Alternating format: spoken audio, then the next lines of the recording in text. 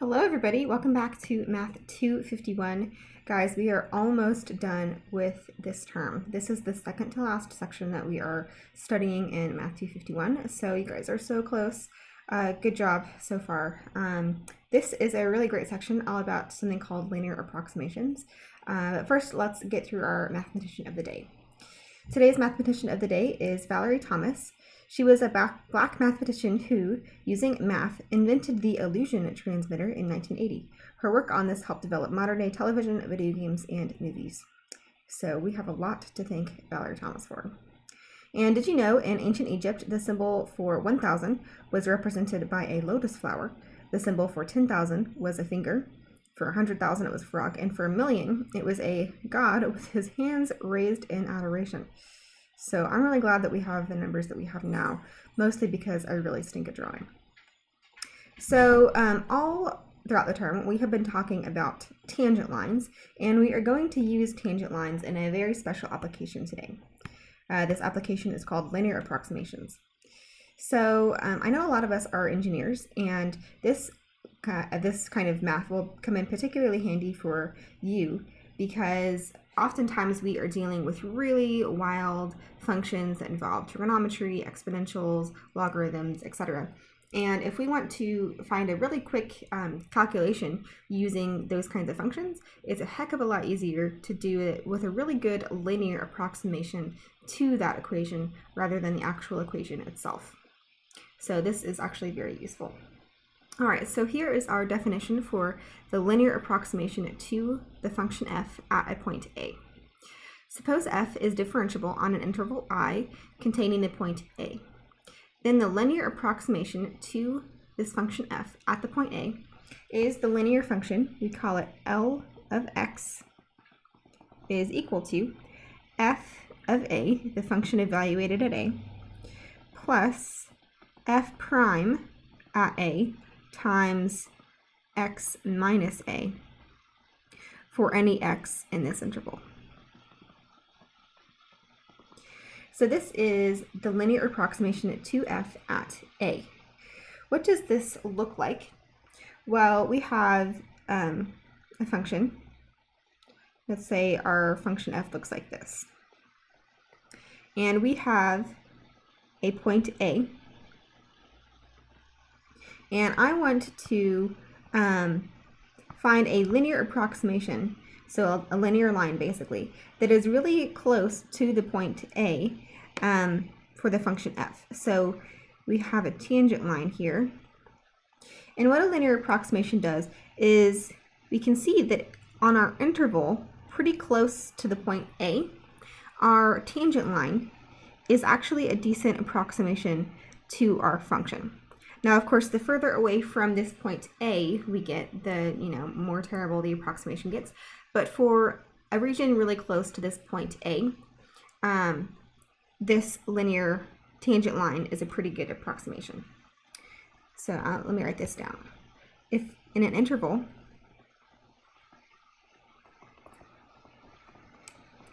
close to this point A,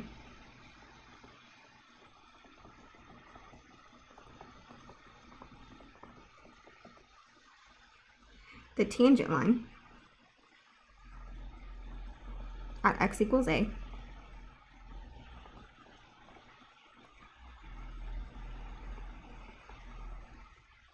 is very close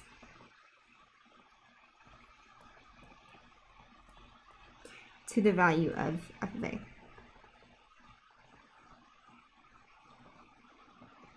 Of course, we know that at the value a itself, our tangent line is equal to our actual function. That's at the point A. That's kind of what a tangent line is, right? But for our clump of points really close to A, it is a pretty good approximation. How close it needs to be to A depends on the function, as we'll see. There's no hard and fast rule like, oh, if you're more than one number away from your point A, it's not good anymore. There's no hard and fast rule. It just depends on the function and how precise you want your approximation. So let's use this formula to find the linear approximation to f of x equals the square root of x at x equals 1, and then use that to approximate the square root of 1.1 and the square root of 0.1.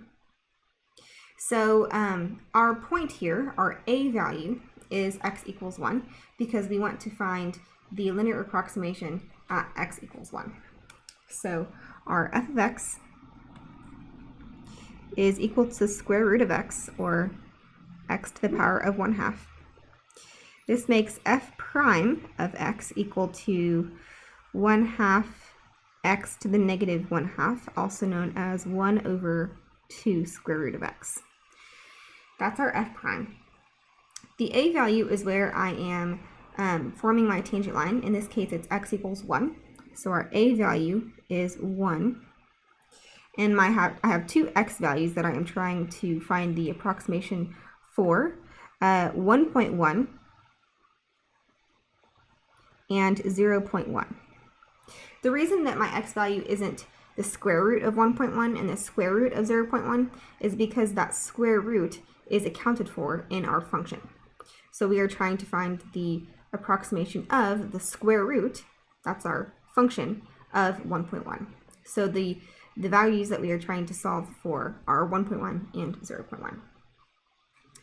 So our definition here says that our linear approximation is equal to f of a plus f prime of a times x minus a. So this is f of a is the square root of 1 plus f prime of a, that's 1/2 square root of 1. Let's do x equals 1.1 first. So here we will have our x is 1.1 minus 1. So this is equal to 1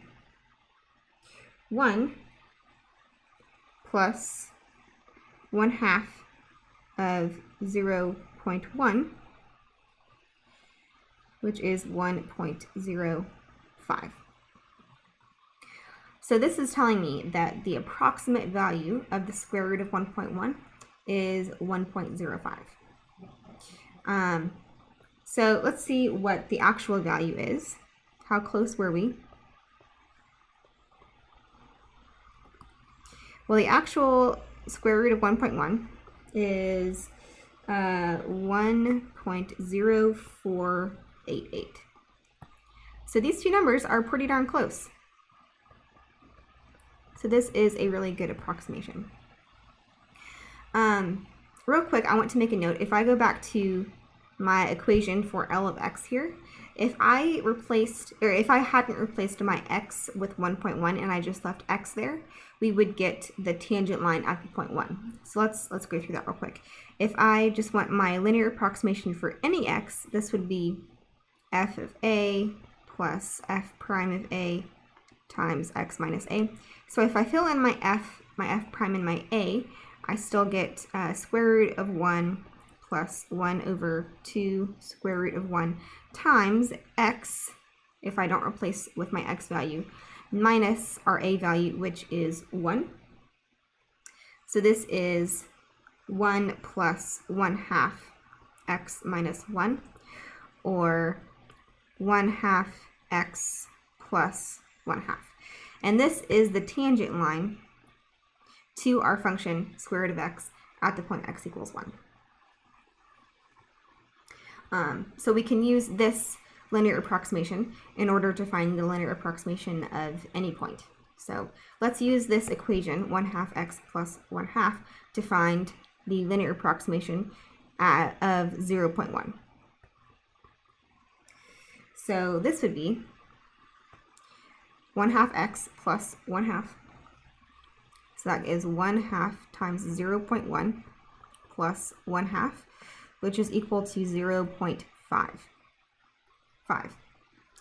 So this is the linear approximation to our, to our function square root of x at 0.1. The actual value of square root of 0.1 is 0.316.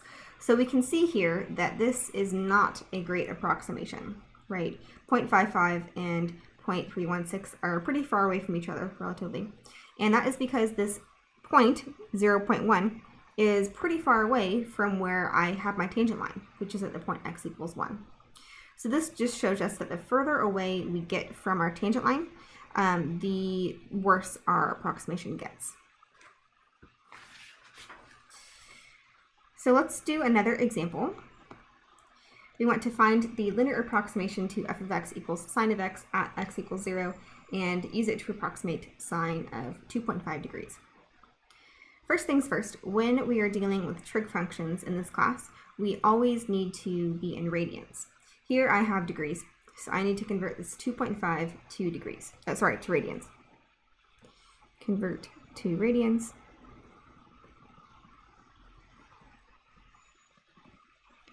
I know we all love Math 112. And just to remind ourselves, how do we convert to radians? We take this 2.5 degrees and we multiply it by pi over 180. This is approximately 0.04363. So I'm taking the sine of 0.0463 0.04363 radians. So what is my function here? Well, f of x is equal to sine of x. This makes f prime of x equal to cosine x. The a value that I'm dealing with here, that is where my tangent line is x equals 0. And the x value, where I'm trying to approximate, is 0.04363. All right, now we can plug into our equation.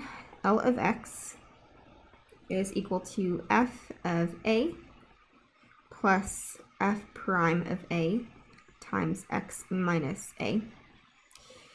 This is sine, whoops, I wrote x is 0, didn't I? I meant a is equal to 0.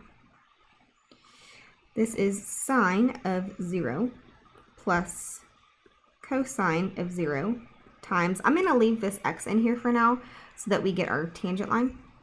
So I get x minus our a, which is 0. What is sine of 0? It is 0. Cosine of 0 is 1. So my linear approximation here is x. It's just plain old x. So this is actually something that I used a lot when I was studying math in graduate school. For a lot of math applications, we use the approximation sine of x equals x for x very close to 0.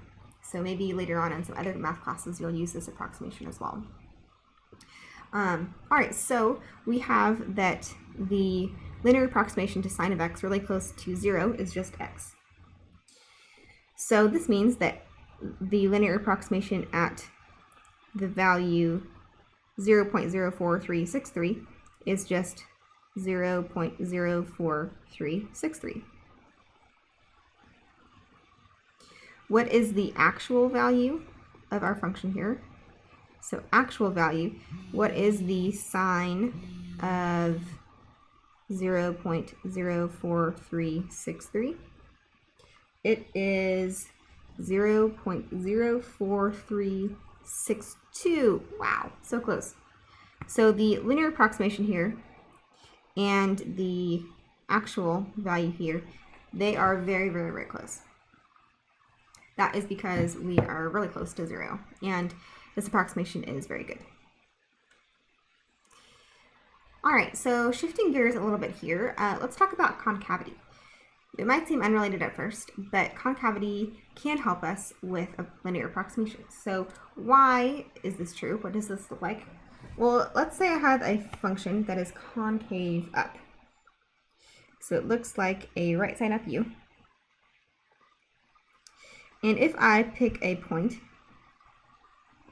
A, and I draw my tangent line, this helps me with my linear approximation, I can see, this is f of a, that my linear approximation, the red line, is slightly under my actual value, right? So if I have a concave up function, my linear approximation will be a slight underestimate because this red line is underneath the blue line, and the blue line is the actual function. So if our function is concave up,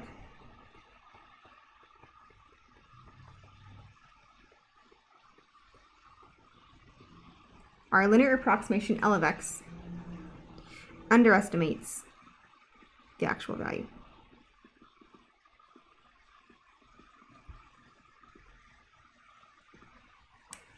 All right, what about if we are concave down? So if I have like an upside down U here, I have my function, my point A, f of A. If I draw my tangent line here, then we can see that my red line, that is my tangent line or the linear approximation, is slightly above the blue line, which is my actual function. So when I'm concave down, my linear approximation is a slight overestimate. So if f of x is concave up, L of x overestimates the value.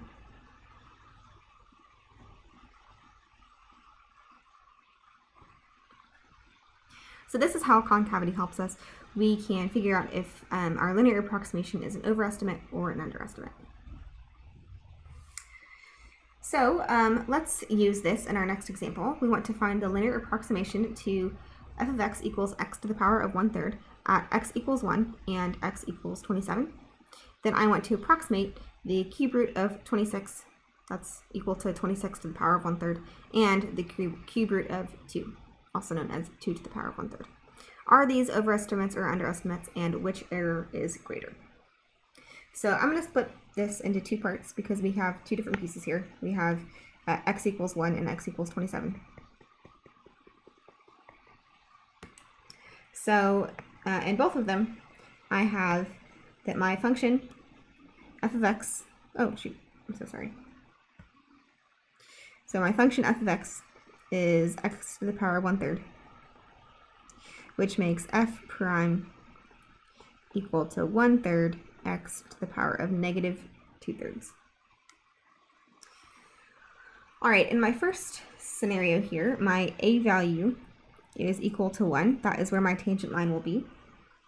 So my linear approximation L of x is equal to f of a plus f prime of a times x minus a.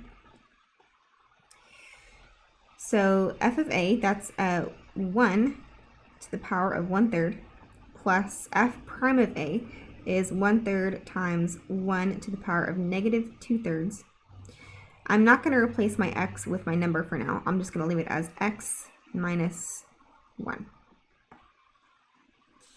So this is just 1 plus 1/3, since 1 to the power of negative 2/3 is just 1, times x minus 1. And again, this is my tangent line to x to the power of 1/3 at the point x equals 1. But I want to use this to approximate the the cube root of 2. So the linear approximation at the point 2 is 1 plus 1/3 times 2 minus 1, which is equal to 1.333. Repeating. This is the linear approximation. What is the actual value? Well, the cube root of 2 is equal to 1.2599.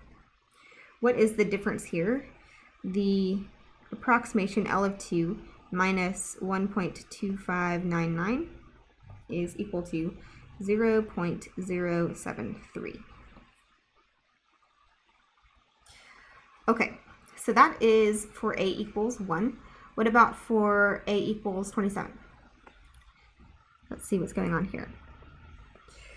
So I still have my L of x equals f of a plus f prime of a times x minus a. F of a is 27 to the power of 1/3 plus f prime of a, that will be 1/3 times 27 to the power of negative 2/3. And then I have times x minus 27. Now I know you might not believe this, but if I take 27 to the power of negative 2/3, multiply that by 1/3, that is 1/27. So this is 3 plus 1/27 times x minus 27. That's my tangent line at x equals 27. So if I use this to approximate the cube root of 26, this is 3 plus 1/27 times 26 minus 27, which is 2.963. The actual value of the cube root of 26 is equal to 2.9624. So the difference here, L of 26 minus the cube root of 26, is 0.00047. So we can see here that the linear approximation to this function at the point 26 is much more accurate than a linear approximation at the point 2, even though 26 is only 1 away from 27 and 2 is only 1 away from 1. So why is this true? And are these underestimates or overestimates? Well, let's draw our graph here of x to the power of 1/3. So x to the power of 1/3 looks like this. We can see that this is concave down, which means that these are overestimates. So I'll write this off to the side. Concave down, so both overestimates.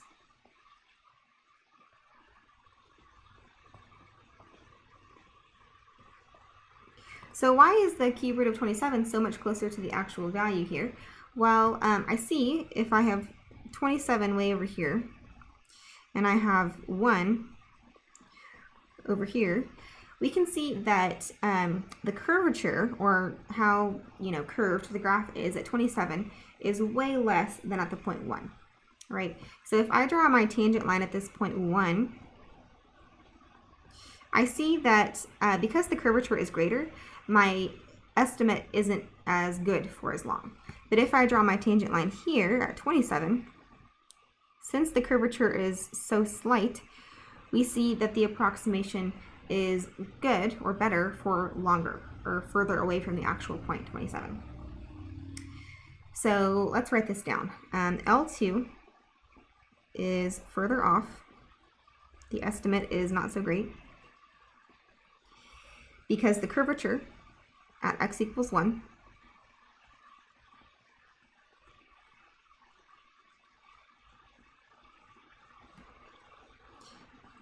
is larger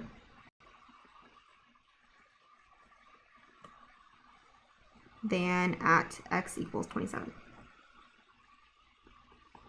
If you go on to take other calculus classes like Math 254 and 256, for example, you will learn all about curvature.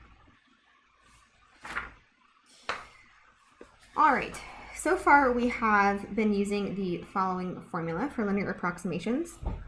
We've been using f of x, or L of x, is equal to f of a plus f prime of a times x minus a. This is what we've been using. If I were to subtract this f minus a from both sides, I could rewrite this as f of x minus f of a is equal to f prime of a times x minus a. Now, if I look at the left-hand side here, I have f of x minus f of a.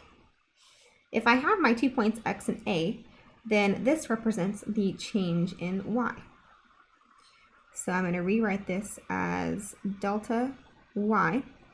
And then over on the right-hand side, I have f prime of a times x minus a.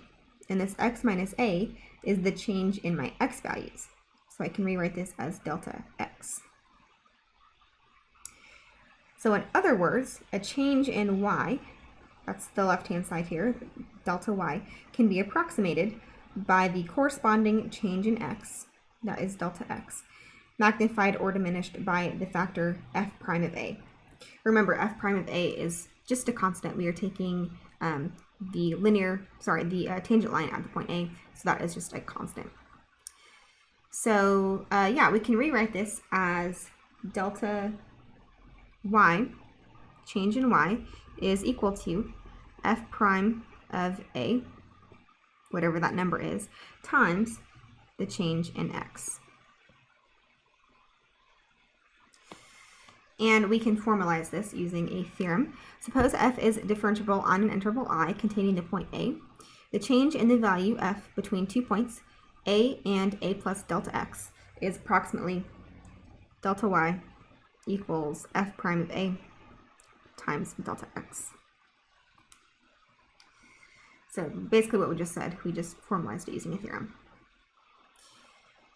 So let's use this to approximate the change in y equals x to the power of 9 minus 2x plus 1 when x changes from 1 to 1.05.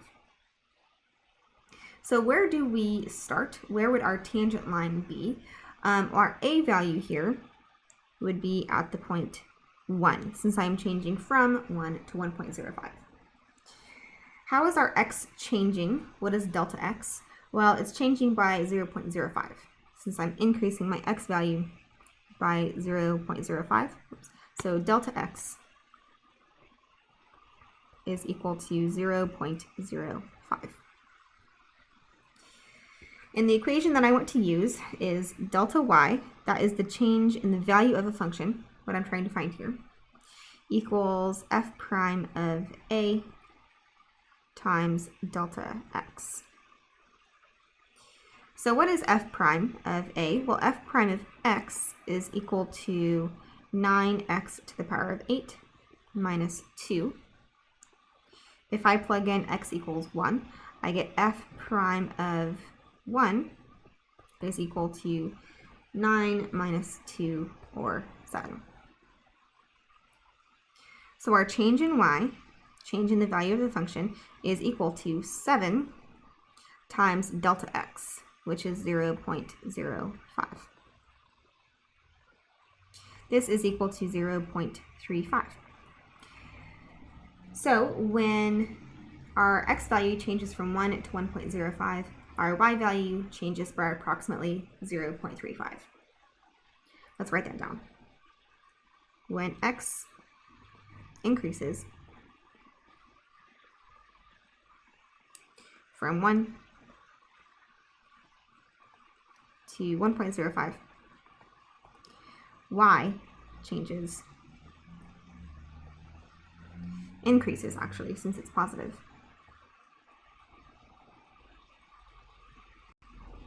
by 0.35.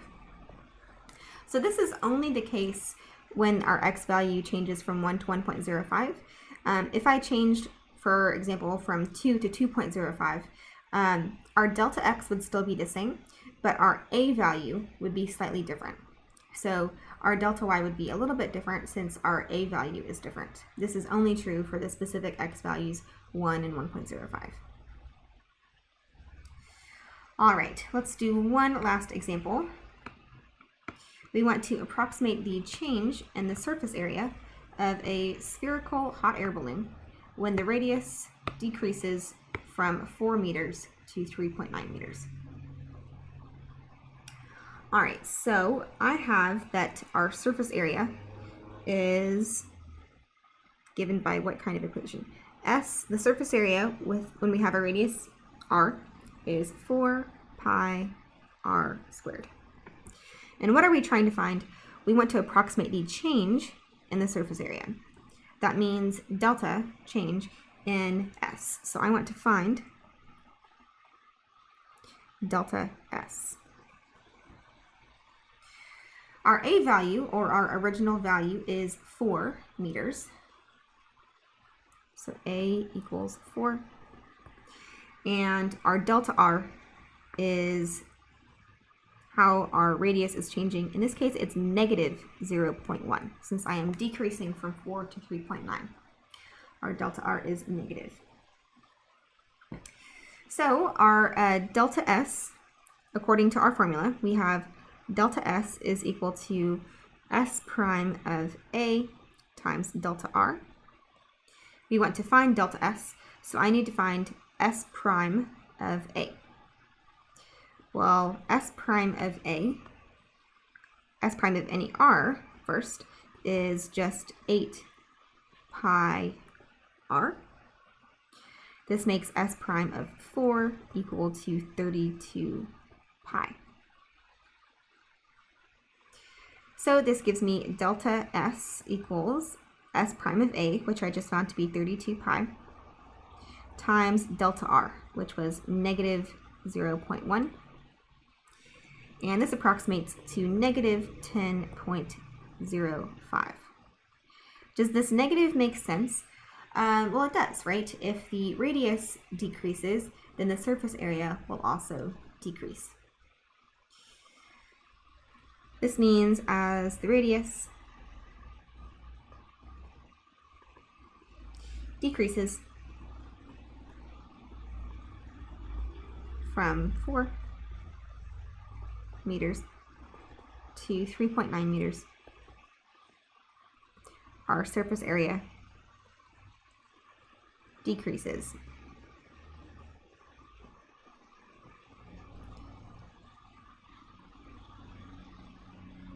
by 10.05. That is what this tells us. So what's the difference between the two things that we learned today? Let's summarize it. So if I want to approximate to f of x near x equals a, to approximate f of x near x equals a, I want to use the first formula, which was f of x is approximately the linear approximation of x, which is f of a plus f prime of a times x minus a. That was the first thing that we learned. If I want to approximate the change in y, given a change in x, to approximate a change in y, or f of x, given a change in x,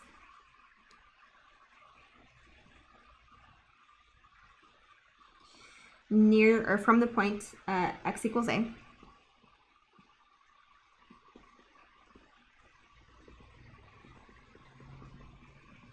we use the second thing that we learned, which was delta y equals f prime of a times delta x.